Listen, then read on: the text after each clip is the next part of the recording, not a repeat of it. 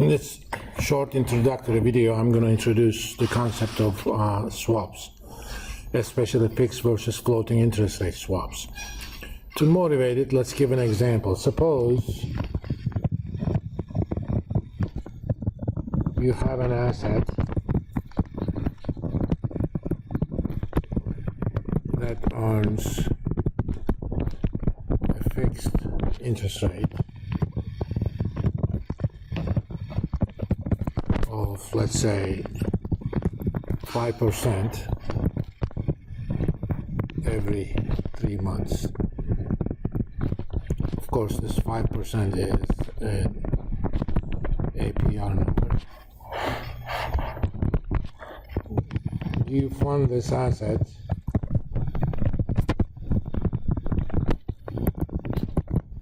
in the short-term market.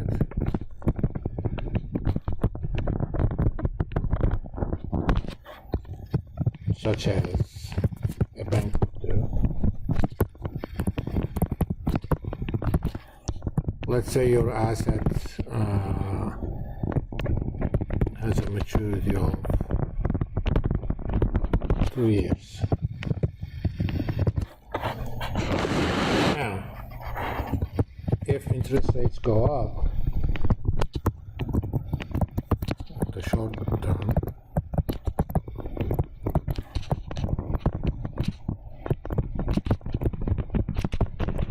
cost of funding increases, hence you are exposed to interest rate risk.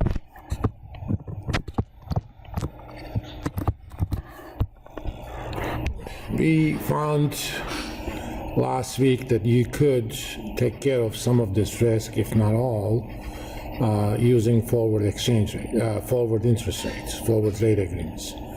There's kind of a shortcut to it, and this is called a fixed versus floating swap. For the sake of argument, let's say your funding rate is LIBOR plus 3, where LIBOR is London interbank offered rate.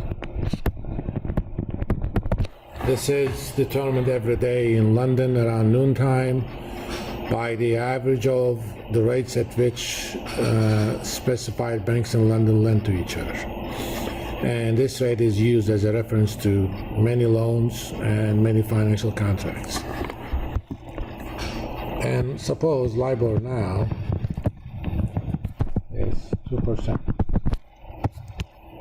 So currently your funding rate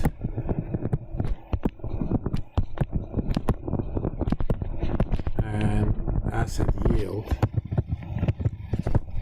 are the same, 5%. If LIBOR goes up by 1%, your asset yield remains the same, but your cost of funding goes up to 6%. And suppose your asset has a principal of nominal value 1 billion. That means every 3 months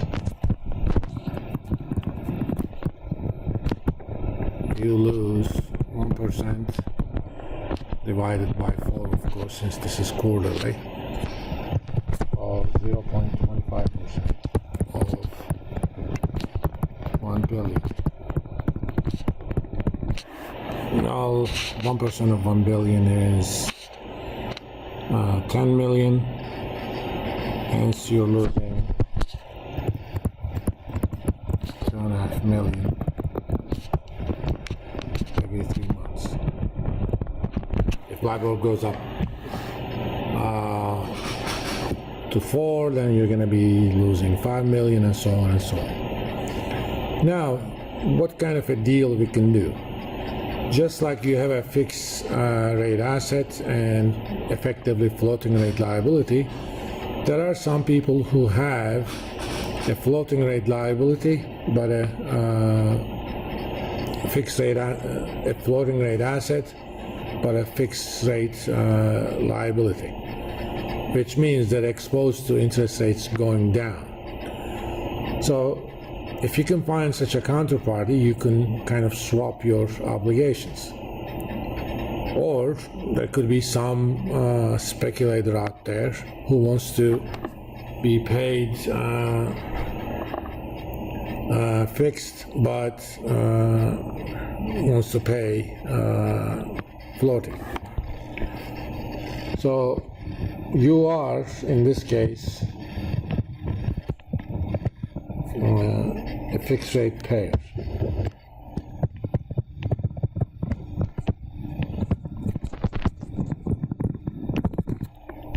Because your natural position, you have a fixed rate asset, so you want to pay somebody fixed rate and a floating rate receiver. We're going to do a LIBOR versus fixed swap for 2 years. So let's write down the quarters. Quarter 1, 2, 3, 4, 5, 6. Way too many ones there. 7, 8. I'm the payer.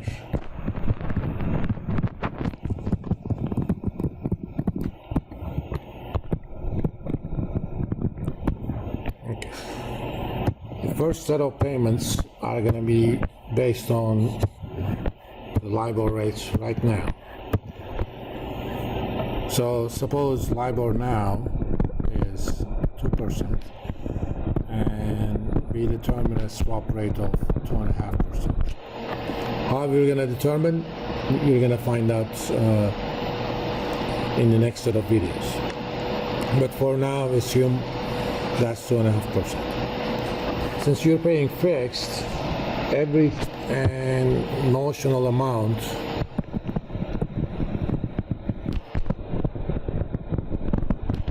is 1 billion. Every 3 months, you're going to pay 2.5%, but that's an APR number, so you're going to pay 2.5% times 1 billion divided by 4. It should be, let me quickly calculate that, 0.025 times 1.23 divided by 4. 6.25 million.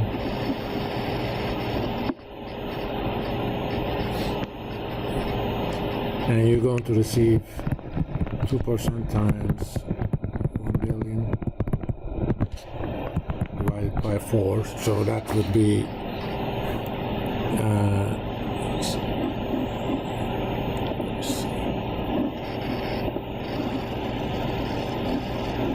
that would be 5 million. The net amount that you're going to pay net of, let's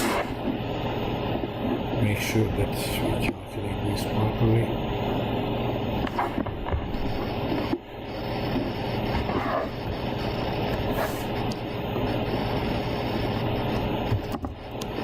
Pay, receive, net 2.5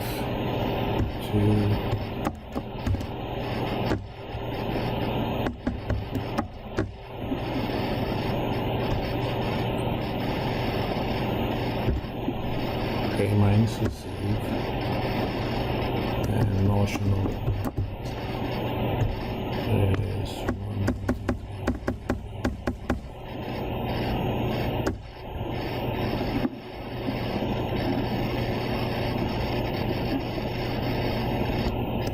2, 3. Pay is net interest rate times the notional divided by 4.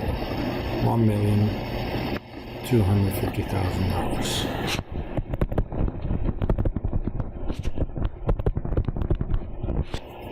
That's a little bit too much. Now, for the second payment, we're going to have to wait 3 months to pass.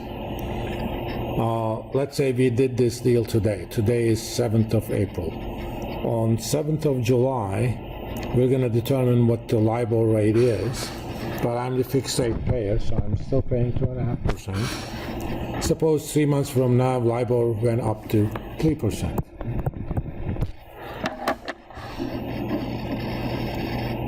This time,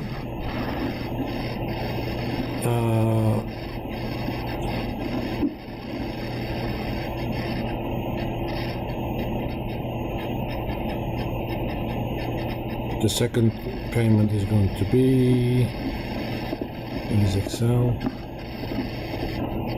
3%.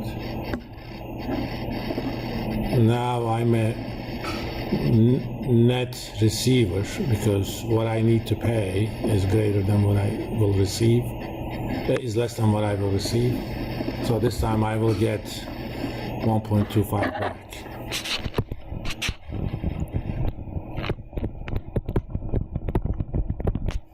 And so deal date is 4/7. The first coupons are paid on 7/7, and on 7/7 we will also determine the interest LIBOR that's going to be basis for the next coupon, which is 10/7, and so on. This is basically what a swap is. Now let's see why this would be desirable for me. Every 3 months I'm going to get a fixed amount from my asset, 5%. In this case, I will go ahead and pay 2.5% to the receiver of the fixed rate on the swap. In return, I'm going to get LIBOR. But as you know, I also will pay a funding rate of LIBOR plus 3. So in a sense, on net, I'm going to pay 3%. But I'm also paying 2.5% to the fixed rate receiver. That means, regardless of what happens to LIBOR, my funding rate is going to be 5.5%. Whether or not that makes sense is a different story. But for now, that's the structure of the deal. Next, in the next video, we're going to do an example where we're going to determine all the payments, and in the third video, we'll figure out how to actually calculate what the proper swap rate should be.